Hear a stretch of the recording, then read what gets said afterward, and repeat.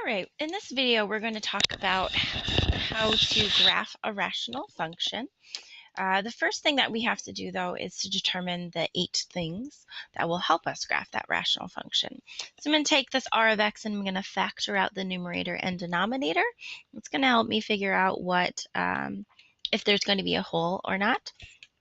So if I factor the numerator, it looks like 3x plus 4 and then x minus 1. If I factor out the denominator, it looks like an x plus 9 and then x minus 1.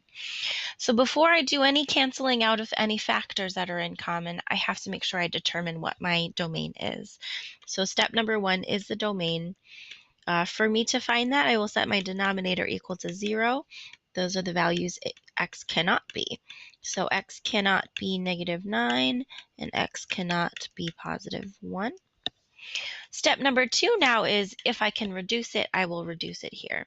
So my reduced equation, since they have x minus 1 in common, will be 3x plus 4 over x plus 9. Step number 3 is to find what the coordinates of the holes are, if there's any holes. In this case, because I did cancel out a factor, there is a hole. So I'm going to write hole. And then for us to determine where the hole is, you're going to take the canceled out factor, which was x minus 1. We're going to set that equal to 0. Which will give me x equals 1. So that kind of gives me half of what I would like. The other half is I need to find out what the y-coordinate of that hole actually is. So to find the y-coordinate, you're going to substitute 1 back into your equation. I'm going to give you a hint, though. It cannot be substituted back into the original one. You have to make sure you substitute it back into your reduced equation. Otherwise, you'll get 0 in the denominator, and it will be undefined. So I'll use my reduced equation. I'll substitute in a 1 in for x. 3 times 1 is 3, plus 4 is 7, 1 plus 9 is 10. So in the end, I have a hole at 1 comma 7 tenths. So this is the first thing that I actually found that can be graphed. So I'm going to look at my graph now, go to 1 comma 7 tenths-ish. So it'll be like here-ish. Sorry, that's really big. But somewhere in that region, and that's where my hole is going to be. That's the first part of my graph. Step number 4 is to find vertical asymptotes if there are any. In this case, we do have a vertical asymptote. Please note, you have to use your reduced equation now, not your original equation. If you use your original equation, you're going to think there's 2 vertical asymptotes, one at x equals 1 and one at x equals negative 9. But because we had a hole at positive 1, it can't also have a vertical asymptote going through it. So I'm going to set my reduced equation denominator equal to 0. So x plus 9 equals 0. And that gives me 1 vertical asymptote at x equals negative 9. So on my graph, I'm going to go ahead and plot a vertical asymptote at x equals negative 9. I'll also add in this idea of multiplicity for us to use a little bit later. So here's x equals negative 9. I'm going to write down multiplicity underneath it. So multiplicity, just like what you knew from before, is how often a factor occurs. So if you look back at even your original, or if you look back at your reduced equation, x plus 9, the exponent for it is just 1. That means your multiplicity is 1. So I'll use this a little bit later when I'm finding out what the graph looks like. Step number 5 is to find the x-intercept. So to find the x-intercept, I'm going to substitute in 0 for y or r of x. And I will say 3x plus 4 over x plus 9.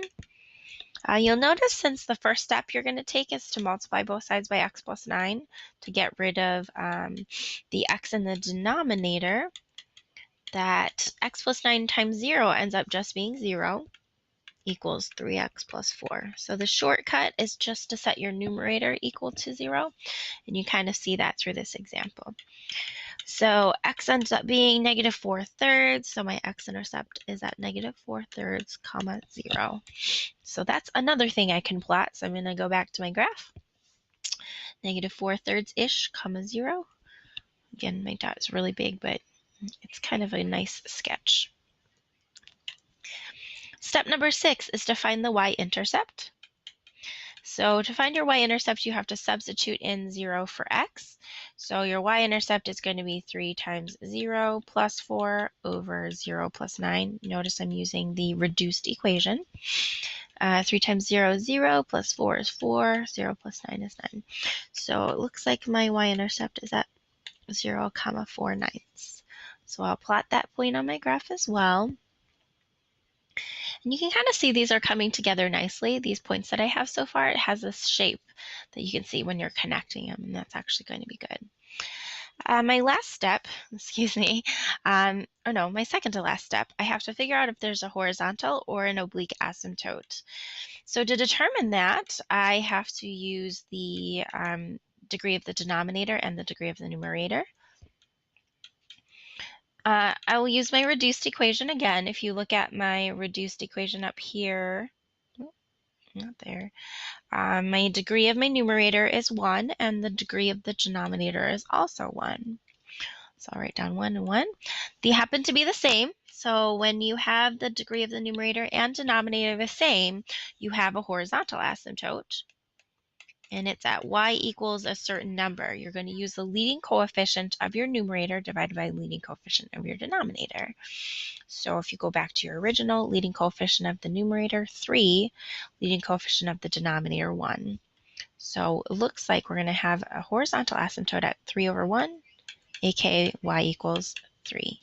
This is yet another thing I can graph. So I'm going to go back to my coordinate plane here, and I'm going to graph y equals 3. The last step is to find out if there's any cross points. So cross points are basically points where your graph actually crosses a horizontal asymptote or oblique asymptote, which means you're trying to see if this answer from part 7 ever intersects your equation. So step number 8, finding cross points, you're going to set a system. You're seeing whether or not y equals 3 intersects with my equation, which is 3x plus 4 over x plus 9. So when I'm solving this, if I get an answer, that's going to be where the cross point is. If I don't get an answer, that means that these two things don't cross. The nice thing is, because they both equal to y, you can actually set them equal to each other. This is called substitution, right? So 3 equals 3x plus 4 over x plus 9. And then we'll go ahead and solve for x, kind of like what we did with the x-intercepts. So I'll multiply both sides by x plus 9. On the right-hand side, my x plus 9s will cancel out to be the number 1. If I distribute my 3 in on the left-hand side, I get 3x plus 27 equals 3x plus 4. Let's subtract 3x on both sides. Looks like I'm going to be left over with 27 equals 4. Unfortunately, that's not true. And I also got rid of my x value here, which means that I don't have an answer for this system, aka I don't have any cross points. So I'll write a note to myself, no cross points. Okay, now let's go back to the graph and see if we can actually finish it out. So far from doing all those 8 steps, all you have are these 3 points. If you're connecting like this x-intercept to the y-intercept, you'll notice it's kind of going in this upward fashion. If I continue and go to the hole, it's still going in this upward fashion. So that's a general trend happening here. It's going to keep going in this upward fashion. And since we found out there's no cross points, it actually will just go towards this asymptote of y equals 3, but it will never cross it. So again, it's going towards this asymptote, but it will not cross it because we didn't get a cross point. Same thing with on this side. It's kind of going in this downward fashion, so it's going to keep going down, but our graphs will never cross vertical asymptotes, so it's going to approach that asymptote, but never actually cross it. If you weren't sure about whether or not it was going to do that, you can always use the table of values, substitute in, let's say, 5 or 10 for x, and then you'll figure out that it's up here. Same thing over here if you want to substitute like a -7 to figure out where it's going to be down here. Now the rest of the graph, we only actually have half of the graph right now. So what I'm going to do is use multiplicity to figure out what's happening on the left side of my vertical asymptote x equals -9. So since my multiplicity is odd, the multiplicity is 1, we're going to look at this graph and where it's pointing. Multiplicity 1 means that the graph is going to be pointing in opposite directions on like either side of your asymptote. So look at the graph on the right-hand side. My graph is pointing down on the right-hand side of the asymptote, which means on the other side of the asymptote, it needs to be pointing the opposite direction, aka up, right? The only way for my graph to point up on this side of the asymptote, but not cross this horizontal asymptote, is to be up here. So I'm going to start it up here, and notice it won't cross this y equals 3 because we said there were no cross points. So it's going to be lodged in this section up here. So again, review. If you have an odd multiplicity, that means they're going to be pointing in opposite directions on either side of your asymptote.